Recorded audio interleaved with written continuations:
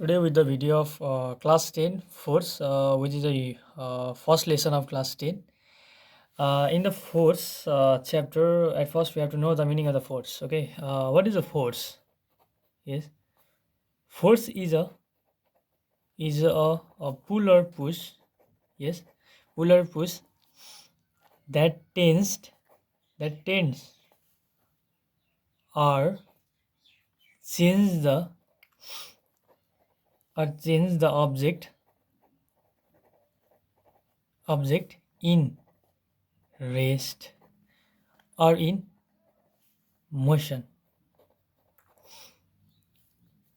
in a straight line. A force is a pull or push, okay, that tends or change the object in rest or in motion in straight line rest. If our object is at a rest like this, if we apply a force here, then object move a distance d at a time t, which is a force. We apply a force of something 5 Newton, 1 Newton. Depending upon the condition of force, the object moves a distance d at time t. Okay. And in the force chapter, here is the main term for derivation of gravitation. Okay, what is gravitation? Yes, at first, dealing with the Newton's law of gravitation, we have to know the what is gravitation. Gravitation is the force of attraction. Okay, force of attraction between two body in the universe. Huh? The two bodies. Let us consider the one body m1 and another body m2. Yes, it has this m1 and m2 with a mass of two body. Its mass is concentrated in the center and its also mass is concentrated in the center. And there is a force of attraction between them. They attract each others, okay, which is called as the gravitation. Okay, and Newton's gives a laws about the gravitation. That is Newton's law of gravitation. What is Newton's law of gravitation? I will give us some tips and tricks about the Newton's law of gravitation. Newton suggests that I will only say the words. Let's listen my word properly. I will only give the tips. Okay. Newton's law of gravitation states that the force of attraction between two body, yes, between two body, the force of attraction between two body is directly proportional to its product of masses. Yes, force of attraction between two body, okay, two body is directly proportional to its product of mass of two bodies. Yes, and the second law, what he states that in second law, that force is inversely proportional. Okay, inversely proportional to its square of distance between the center. From center, okay, square of distance between the center of the two body. Okay, two bodies center, that is d square. And the combining equation 1 and 2, we get the formula F is equal to m1 into m2 by d square. Okay, in some of the books there has been written the r, that is our choices, that is radius, that is actually means radius, but for not confusing the student, I have used the d as the distance between the two bodies apart from center. Okay, so combining this equation, we get the value of F is equal to k. Yes, in a k, I have used the k as a proportionally constant, but actually k is equal to g. G means the universal gravitational constant. Okay, universal gravitational constant, like this. I have used the term F is equal to g m1 into m2 by r. It has a fixed value. Universal gravitational constant. Universal gravitational constant is constant in all universe, in everywhere, okay. So it's called universal law. It's constant everywhere. G is constant in everywhere, so it is called as the universal law, because there is a given question in the SC examination, why the universal gravitation constant is a universal law. Okay, it is a universal law because it holds true for all the objects, whether it is a terrestrial or celestial objects. Okay, it holds true, that means. Okay, It has been came in SC examination. And the other term, by dealing this, what is a universal gravitational constant? Okay, universal gravitational constant definition. Okay, that is we should not learn by heart, but there is tips and tricks for learning this. We know that F is equal to G m1 into m2 by r square. If or when m1 is equal to m2 is equal to 1 kg, okay, and r is equal to 1 meter, that is d, I mean. So F is equal to what? G.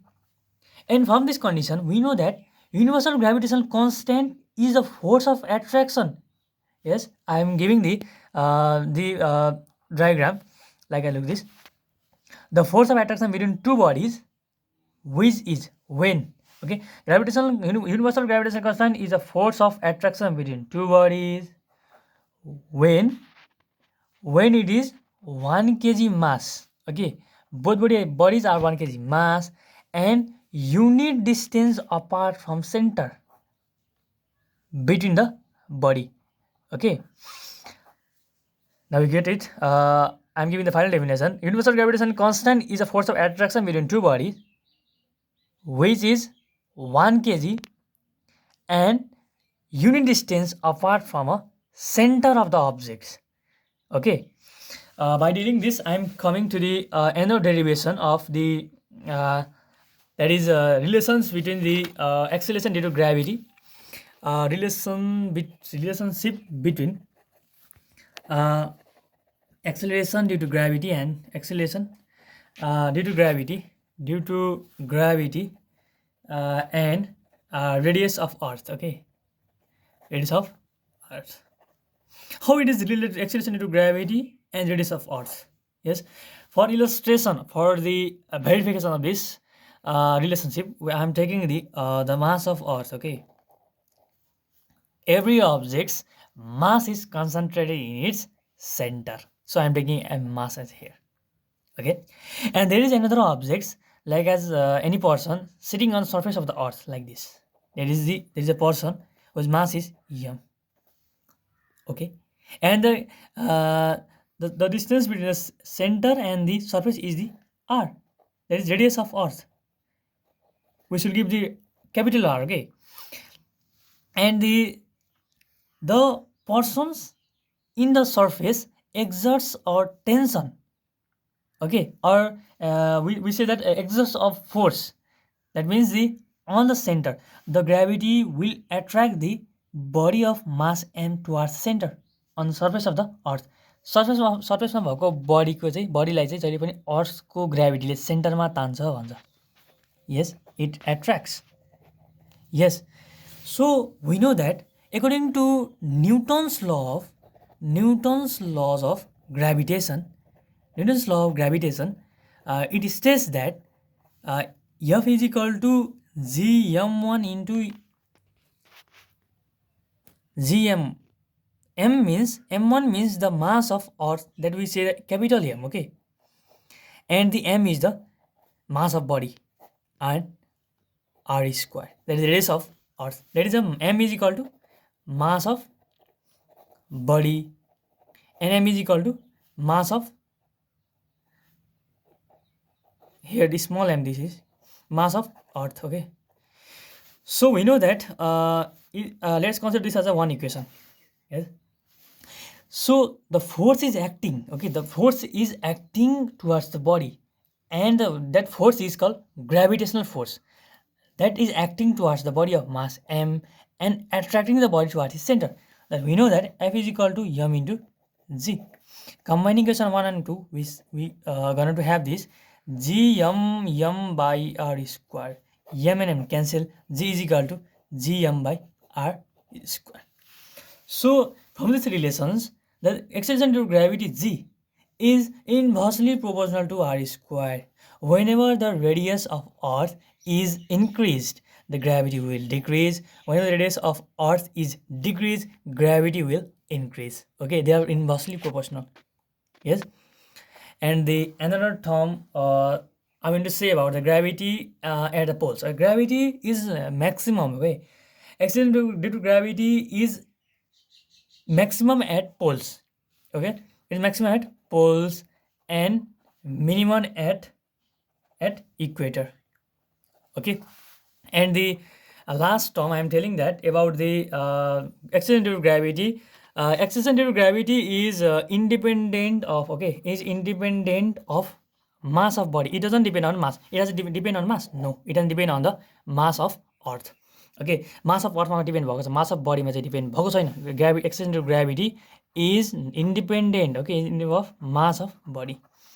Okay, mass of बडीमा dependent गर्दैन, तर केमा body depend गर्छ भन्दाखेरि mass of अर्थमा. Okay, mass of earth. Okay, that's for the I have done the derivation of force related to Newton's law of gravitation, is first law, and the relationship between the acceleration due to gravity and radius of force. And the next video I am coming